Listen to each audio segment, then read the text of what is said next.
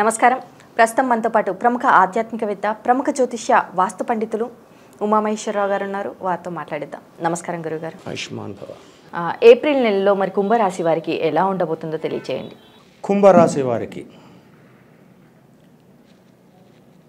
కుంభరాశి యందే శని కుజులు ఉన్నారు. శని కుజులు వలన ఈ కుంభరాశి వారికి అధికమైన కోపం, అధికమైన ఛేదస్థం. ఇలాగే ఎందుకు చెయ్యాలి, అలా చేయకూడదా, ఇప్పుడు ఈ పూటే నేను భోజనం ఎందుకు చేయాలి, సాయంత్రం తినకూడదా, ఇటువంటి వ్యర్థమైన ఆలోచన విధానాలు అంటే శని కుజులు ఇచ్చే ఫలితాలు అలాగే ఉంటాయి. అటువంటి యోగదాయకమైన ఫలితాలను రానివ్వడు. అంటే ఆలోచన ఎక్కువ, వాదన చేస్తే ఏమవుతుంది, ఎదుటి వారికి కోపం వస్తుంది, చెయ్యాలనుకున్న పని పూర్తిగా చేయకుండా వెళ్ళిపోతారు, నష్టం తెచ్చుకుంటున్నారు. ఎవరి వల్ల వస్తుందంటే తన వల్ల వాళ్ళ వస్తుంది నష్టదాయకమైన పరిస్థితి. ఇది సంవత్సరాంతరం వరకు ఉంటుందా, సంవత్సరాంతం వరకు ఉంటుందా, ఉండలేదు. పరిణతి ఎక్కడి నుంచి పరిణతి అయింది అంటే ఇది ఉగాది నుంచి శ్రీరామనవమి వెళ్ళిన పక్షము దినముల తర్వాత, అంటే నవమి వెళ్ళిన 15 రోజుల వరకు ఈ ప్రభావం ఉంటుంది. ఈ 15 రోజుల వరకు కూడా వీళ్ళు చేసే పనిలోని అవకతవకలు ఎక్కువ, ఆలోచన రహితంగా చేస్తారు పనులు. దీనివల్ల ఉపయోగం ఏంటి, అంతవరకు ఉపయోగం అనే ఆలోచన ఉండదు, చేసుకుంటూ వెళ్ళిపోతారు. అటువంటి విధానాల వల్ల కొన్ని ఇబ్బందులకు గురైపోతారు. ఆ ఇబ్బందుల వల్ల కొన్ని అనర్థదాయకమైన మాటలు వస్తుంటాయి. ఇటువంటి విధంగా ఉంది. సరే, శ్రీరామనవమి వెళ్ళిన 15 రోజుల తర్వాత గ్రహ సంచార విధానం మారింది. ముఖ్యంగా గ్రహ సంచార విధానం మారింది. ఈ యొక్క గ్రహ సంచార విధానం మంచి లెవెల్లోకి వచ్చినప్పుడు జరిగే పరిణామములు ఏమిటి?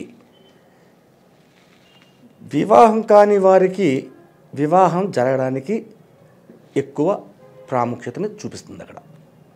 అలాగే విద్యార్థులకు కూడా యోగదాయకమైన స్థితిని కలిగిస్తుంది. శ్రీరామనవమి వెళ్ళిన 15 రోజుల తర్వాత నుంచి.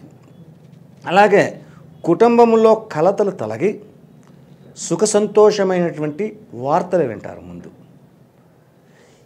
ఎక్కడో దూరపు బంధువులు దూరం అయిపోయారు, ఇంకా కలవలేదు, ఇంకా రారు, మనకన్నీ కూడా మంచి జరిగేంత పోయింది అనుకునే స్థితి కలిగి ఉన్నా కూడా అంతటి దూరంలో ఉన్న బంధువులు కూడా వారంతటి వారు వచ్చి తమ తప్పును తాము తెలుసుకున్నాము, మీకు దాసోహం అంటున్నాము అని మాటలు చెబుతారు. అటువంటి విధానమైనటువంటిది కుంభరాశి వారికి వస్తుంది. ఈ యొక్క శ్రీరామనవమి వెళ్ళిన 15 రోజుల నుంచి కూడా అన్ని రంగములలో ఉన్న వారికి కూడా శుభదాయకమైన ఫలితములు వస్తున్నాయి. అత్యధికమైన శాంతతత్వంగా మారిపోయే పరిస్థితులు వస్తాయి. ఎంత కోపతత్వంగా ఉండి చేశారో అంటే కుజశనులు మారాలి. కుజశనులు స్థాన మార్పు జరగాలి, జరిగితే కానీ ఇళ్ళలో రాదు. శని కుజుడు ఉంటే అత్యధికమైన అశుభ ఫలితాలను ఇస్తారు. శని కుజుడు మహాశత్రువులు, పడదు. అటువంటి విధానంలో ఉన్నది కాబట్టి అది గ్రహ సంచారం మారుతుంది. మారిన తర్వాత అత్యధికమైన లాభ ఫలితాలని వీళ్ళు పొందడం అనేది జరుగుతుంది. భూములు కొంటారు, స్థలాలు కొంటారు, లేదంటే ఇల్లు కొంటారు. ఇటువంటి ఫలితాలన్నీ కూడా ఈ కుంభరాశి వారికి సంప్రాప్తమవుతున్నాయి. అలాగే ఎదుట వ్యక్తుల మన్ననలు పొందుతారు. ఉద్యోగ రంగంలో పనిచేసే వారికి కూడా ఉద్యోగాల్లో అత్యధికమైన లాభదాయకమైన ఫలితాలు వస్తాయి. అలాగే విదేశయానం చేయాలనుకునే వారికి కూడా శుభయోగమైన ఫలితాలు పొందుతారు, విదేశయానాలు కూడా చేస్తారు. అలాగే వ్యాపార రంగములు చేసేవారికి కూడా అనుకోని విధంగా లాభదాయకమైన వ్యాపారాలు సాగుతాయి. అయితే నూతన వ్యాపారాలు చేయడానికి ఎక్కువ ఆలోచనలు జరుగుతాయి. నూతన వ్యాపారం అంటే ఈయన ఎప్పుడూ చేయని వ్యాపారాన్ని ఎప్పుడు చేయలేదు, ఈయన ఏదో వ్యాపారం చేస్తున్నాడు, ఆ వ్యాపార రంగంలో ఉన్నారు. అది కాకుండా ఇంకా ఎక్కువ ఫలితాన్ని పొందే అవకాశం ఉండే వ్యాపారాన్ని నూతనం కొత్తగా తెలియంది ఆ వ్యాపారంలో కూడా చేసి అందులో కూడా లాభాన్ని ఆర్జించడం అనేది జరుగుతూ ఉంది. అత్యధికమైన లాభ ఫలితాలు సంవత్సరాంతం వరకు కూడా పొందుతున్నారు. మరి అలాగే ఈ రాశి వారు చేసుకోవాల్సిన పరిహారాలు ఏంటంటారు? కోపతాపములు తగ్గాలి. అంటే శ్రీరామనవమి ముందు కలుగుతున్నది 15 రోజులు. శ్రీరామనవమి వెళ్ళిన 15 రోజుల తర్వాత మంచిగా ఉందనుకున్న అంతవరకు కూడా అత్యధికమైన నష్టదాయకమైన ఫలితాలను మనం చూస్తున్నాం కాబట్టి, అంటే ఆలోచన పరిణితి చెందిన ఆలోచన చేస్తున్నారు వీళ్ళు. అనవసరమైన ఇది తొలగించుకోవాలంటే ముఖ్యంగా అయ్యప్ప స్వామి దర్శనాన్ని చేసుకోవాలి. ఏ విధమైనటువంటి వస్తుంది అయ్యప్ప స్వామి దర్శనం? ఎక్కడైనా చూసుకోవాలి అంటే ప్రథమంలో వచ్చేది అయ్యప్ప స్వామి దర్శనానికి ఏప్రిల్ నెల వస్తుంది. ఏప్రిల్ నెల నుంచి అయ్యప్ప స్వామి దర్శనం చేసుకుని వీలైతే వయసులో ఉన్నవారైతే శబరిమల వచ్చి దర్శనం చేసుకుంటానని చేసి మొక్కుకుండా చూడడం మంచిది. ఆ శబరిమల దర్శనం చేసుకోవాలని చాలా అత్యధికమైన శుభఫలితం ఉంటుంది. మాల వేసుకున్నారు అనుకోండి, ఏప్రిల్ నెలలోని మాల పడిపోయింది, కోపతాపాలు తగ్గిపోతాయి, అనవసరమైన వాదనలు పోతాయి, నియమనిష్టలతో ఉంటారు, మండల కాలం కూడా నియమనిష్టలతో ఉంటారు. కాబట్టి శుభదాయకమైన ఫలితాలు ఈ యొక్క 40 రోజుల్లో కూడా కష్టదాయకమైన ఫలితాలు తొలగి శుభదాయకమైన ఫలితాలు మీ అంతా మీరు చేసుకునే విధానం వస్తుంది. అంటే అది అయ్యప్ప స్వామి మాల వేసినప్పుడు కొన్ని నియమ నిష్ట నిబంధనలు పాటిస్తారు కాబట్టి అందువల్ల దానివల్ల శుభదాయకం ఉంటుంది. ఇక నిత్య విధానంగా చేసుకునే పూజా కార్యక్రమాలు ఏంటయ్యా అంటే, ప్రతి అయ్యప్ప స్వామి మాల వేయలేదు, కుదరలేదు, అందరికీ కుదరదు. ఎక్కడో కేరళ వెళ్ళి రావాలి శబరిమల అంటే, అందరికీ కుదరదు. కాబట్టి ఏం చెయ్యాలి ఇటువంటి విధానం పోవాలి అంటే, ప్రతిరోజు ఉదయకాలాన్నే మీరు 7 గంటలకు లేసేవాళ్ళు కొంతమంది ఉంటారు, 5 గంటలు లేసేవాళ్ళు కొంతమంది ఉంటారు. ఆ సమయాన్ని మాత్రం ఏం చెప్పటం లేదు. ఏదో సమయంలో లేచిన తర్వాత స్నానం చేసి తలస్నానం చేసేయాలి. ఈ యొక్క 15 రోజులు ఉగాది వెళ్ళిన శ్రీరామనవమి వెళ్ళిన 15 రోజులు వరకు కూడా ఉదయాన్నే ప్రతిరోజు స్నానం చేయాలి. తలస్నానం చేసి ఒక పండు, ఫలం, పుష్పం, తోయం, పాలు ఏదోటి మీకు అన్నీ అక్కర్లేదు. ఒకరోజు ఒక పాల ప్యాకెట్, చిన్న పాల ప్యాకెట్, శివాలయానికి వెళ్ళి ఆ పాల ప్యాకెట్ని చేతితో పట్టుకొని 12 సార్లు ప్రదక్షిణ చేసి ఓం నమ శివాయ ఓం నమ శివాయ అటు ప్రదక్షిణ చేసి ఆ గుడిలోకి వెళ్ళి ఆ పూజారి గారి చేతిలో పాల ప్యాకెట్ పెడితే ఆయన ఆ పాలని శివుడికి ఒక నమస్కారం చేయండి.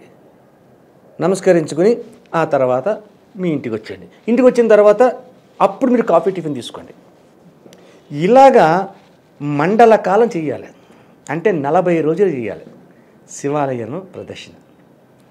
రోజు ఇవాళ పాలు పెట్టుకెళ్ళారు, రేపు పెరుగు పెట్టుకెళ్ళండి, ఎల్లుండి ఒక చందనం డబ్బా పట్టుకెళ్ళండి, ఆ మరుసటి రోజుని ఒక నెయ్యి ప్యాకెట్ పట్టుకెళ్ళండి చిన్నది, అవునే, ఇంకో రోజు ఒక తేనె చేసే పట్టుకెళ్ళండి, ఇంకో రోజు భస్మం ప్యాకెట్ పట్టుకెళ్ళండి. అలాగే ఇంకో రోజు మీకు అవకాశం లేదు ఓ చెంబుడు నీళ్ళు పట్టుకెళ్ళండి. చెంబుడు నీళ్ళు పట్టుకెళ్ళి ఆ నీళ్ళు అక్కడ పోస్తే ఆ పరమేశ్వరుడికి ఆ పక్కన నీళ్లు పోస్తే ఆయన అనుకుంటున్నాడు బాలాశంకరుడు, ఓహో నా భక్తుడు వచ్చాడు, గంగాజలాన్ని తీసుకొచ్చి పోసాడు. ఆ పక్కన గడ్డి పువ్వులు ఏమి ఉంటాయి తీసుకొచ్చి ఆకులు అలా పడి, ఆహా నా భక్తుడు నా మీద దళాలు వేసేది, మారేడు దళాలు వేసాడు అని మురిసిపోతాడు. బాలాశంకరుడు యొక్క లక్షణం అది. కాబట్టి రోజుకు ఒక రకమైనది ఏదో ఒకటి పట్టుకెళ్ళి ఆయనకి సమర్పించండి, సరిపోద్ది. మీకు అవకాశం ఉన్న రోజు నాడు, సోమవారం నాడు ఈశ్వరాభిషేకం చేయించండి.